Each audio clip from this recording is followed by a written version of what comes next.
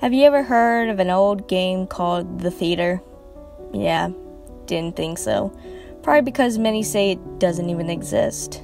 You see, The Theater was an old game released around the same time as Doom.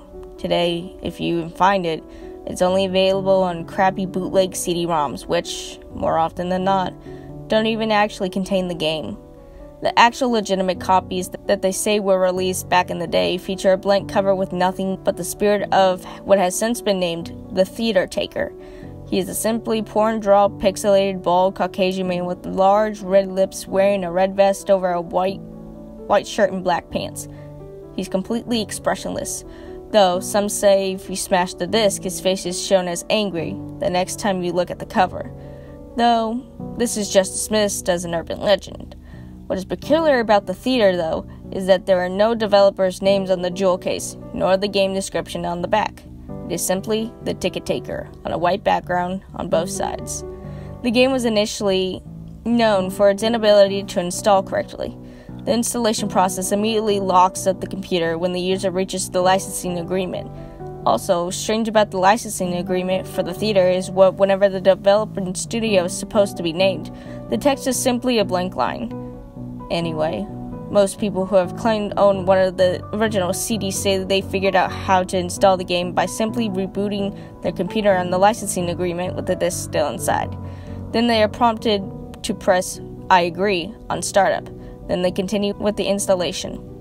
If a player supposedly manages to find what they believe to be a working copy, they have said that the installer window will freeze and stop responding before you click for the first next.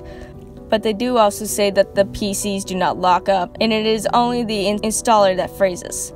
It is unknown if the actual copies are fakes, but it's widely thought that they were the working copies, or just draw internet attention with no proof of installation effects. Upon proper installation, the game then starts out without any introduction beside the main menu, and then the simple spirit of the movie theater exterior on the empty city street. The title fades, and then the 3 menu buttons: New Game, Load, Options. Selecting Options immediately crashes the game to the desktop. Load is said not to function at all, even if you did have a saved game. Nothing happens when you press it. Thus, New Game it is, into the working menu option. Once it is selected, you're the first-person view. You are standing in an empty movie theater lobby, with the exception of the ticket taker, standing in front of a dark hallway which one can only assume leads to the theaters themselves. There's nothing to do but look at the poorly drawn, mostly illegible movie posters or approach the ticket taker. Once the player moves towards the ticket taker, a very low-quality sound clip plays saying, "Thank you, please enjoy the movie," along with a speech box saying the same thing. You then walk into the hallway and screen fades to black, and you're back into the empty lobby, and you do the exact same thing again and again and again. While this may sound like a really horrible game, a number of peculiar things occur as you continue to play it. The number of times you have to continue in the hallway after giving your ticket to the ticket taker before strange events happens is unknown. Most stated it's completely random and could take anywhere from the first playthrough to the 400th. What happens though has deeply disturbed some players. The first occurrence is when the player fades back in after walking into the hallway. This time they will notice the ticket taker is completely absent. The player then, without any other option, decides to walk into the dark hallway. The sound clip and text mentioned previously is still playing in the absence of the ticket taker. But when the player walks in the hallway, the screen does not fade out. It goes pitch black as they walk deeper into the hall. But the player's footsteps sounds clip is still playing as they continue to push the up button on the keyboard.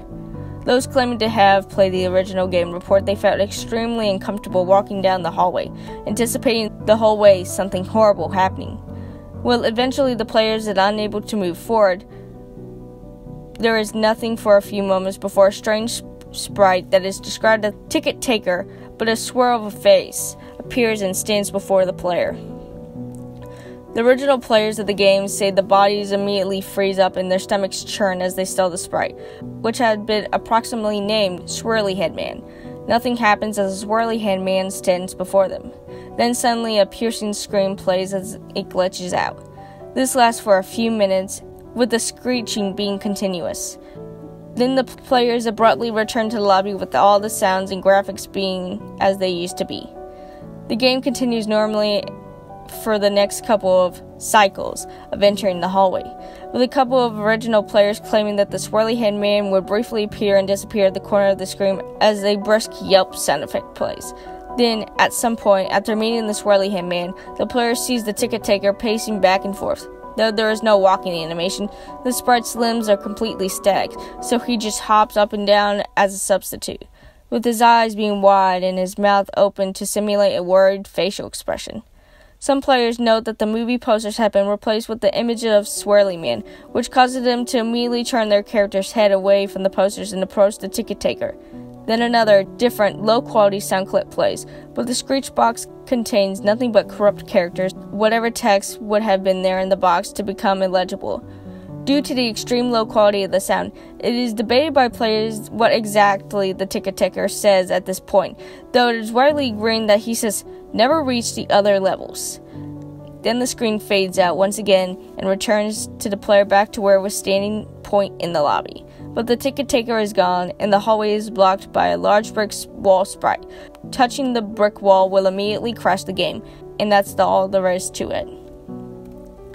No one knows what the other levels are, or how to gain access to them, nor is it known why the swirly hitman causes such accurate fear in those who have seen him in the game. All the original copies of the theater have either been destroyed or lost. But the creepiest part is the fact that the original players of the game claim to occasionally see a brief glimpse of the swirly head man out of the corner of their eyes.